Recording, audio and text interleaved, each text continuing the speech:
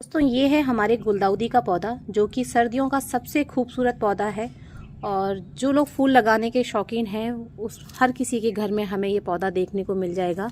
लेकिन अगर आपको नहीं मालूम है कि हमें अपने इस प्लांट की किस तरह से केयर करनी है जिससे हमारे प्लांट में जो है ढेर सारे फूल हमें देखने के लिए मिले, और फूलों का साइज़ अगर बड़ा करना चाहते हैं तो उसके लिए एक आपको बहुत ही अच्छी टिप बताऊंगी जिससे आपको जो है बहुत ही अच्छा और बहुत ही मनचाहा आपको फूलों का साइज़ मिलेगा। तो इस प्लांट की केयर करने के लिए सबसे पहला स्टेप हमारा यही रहता है कि हमें अपने प्लांट की जो है सॉफ्ट प्रूनिंग करनी चाहिए, और जितने भी फूल जो हैं पुराने हो गए हैं, जो सूख रहे हैं, उनको हटा देना चाहिए।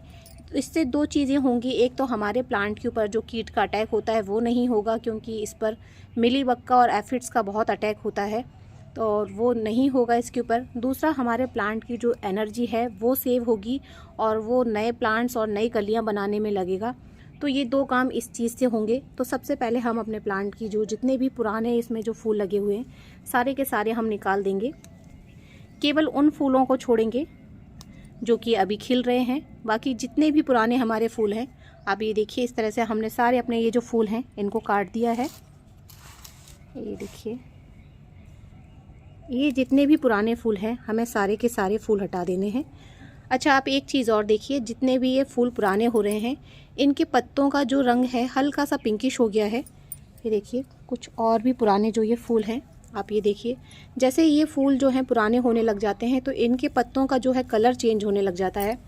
इसके बाद में आपको अपने गमले में एक चीज़ का ध्यान रखना है कि नीचे की तरफ अगर ढेर सारी जो ब्रांचेस हैं वो हैं तो आपको नीचे की तरफ से सारे के सारे पत्ते हटा देने हैं, जिस तरह से मैंने हटाए हुए हैं। इससे होगा ये कि आपके गमले की जो मिट्टी है उसमें अच्छे से धूप लगेगी और हवा जो है आर पार होगी।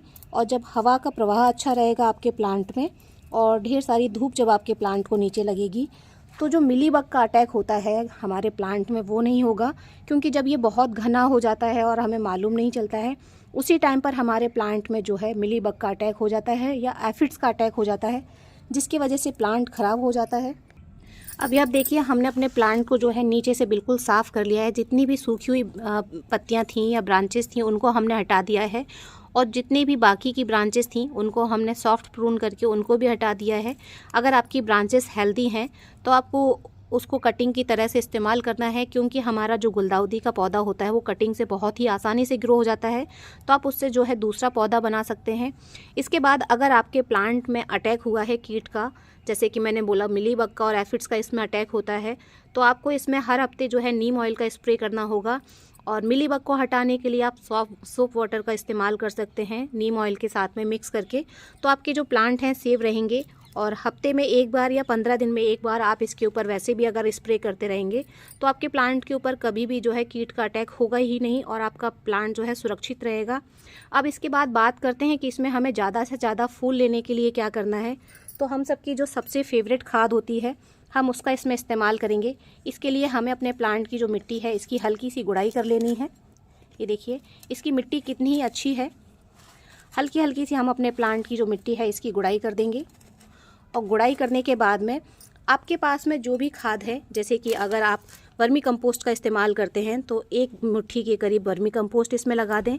अगर आप गोबर की खाद का यूज़ करते हैं तो एक मुट्ठी जो है गोबर की खाद लगा दें। अगर आप लीफ कंपोस्ट बनाते हैं घर में तो आप उसका भी यूज़ कर सकते हैं। लेकिन खाद लगाने का जो तरीका है वो मैं आपको दिखाऊंगी। ये देखिए, इसकी जो है रूट्स हमें दिखने लग गई हैं, ये इसकी रूट्स हैं। तो हम पहले जो है साइड की सारी जो मिट्टी है उसको हम निकाल लेंगे, और मिट्टी निकालने के बाद में फिर हम खाद लगाएंगे। और ऐसा मैं क्यों कर रही हूँ वो मैं आपके साथ में अभी शेयर करूँगी। दोस्तों, आप मर्जी चाहे जितनी खाद का इस्तेमाल कर लें, लेकिन आप किसी भी खाद को सही तरीके से अगर अपने प्लांट में यूज़ नहीं कर रहे हैं तो आपको उस खाद का बिल्कुल भी फ़ायदा नहीं मिलेगा। क्योंकि जब आप किसी भी खाद का अच्छे तरीके से इस्तेमाल करते हैं तभी उसका जो है बेनिफिट हमें हमारे प्लांट में देखने के लिए मिलता है। जैसे कि हमारा जो लीफ कंपोस्ट होता है, वर्मी कंपोस्ट होता है, या गोबर की खाद होती है, ये सारी ही खादें इसलिए अच्छी हैं क्योंकि इनमें पोषक तत्व जो होते हैं बहुत ही प्रचुर मात्रा में होते हैं, बहुत ही ज़्यादा होते हैं। लेकिन इसके साथ साथ इसमें जो होते हैं छोटे छोटे जीव होते हैं जो हमारी मिट्टी की संरचना को बेहतर बनाते हैं। और ये जब हमारे प्लांट की मिट्टी में जाते हैं तो उन जीवों की संख्या बढ़ जाती है जो कि हमारी मिट्टी को उपजाऊ बनाने का काम करते हैं। और इसी वजह से हमारे प्लांट में जो है फ्रूटिंग और फ्लावरिंग बहुत अच्छी होती है।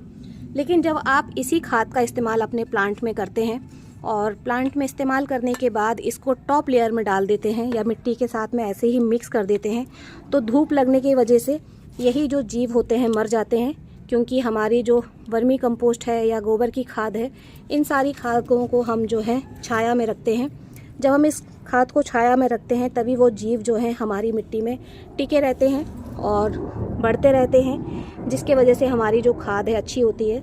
लेकिन जब आप इस तरीके से अपने पौधे में खाद को लगाएंगे, आप देखिए मैंने अपने गोबर की खाद को नीचे डाल दिया है और इसके ऊपर जो है हमने टॉप लेयर पे मिट्टी डाली है। तो आप देखिए आपको कहीं से भी जो है गोबर की खाद नहीं दिखाई दे रही है।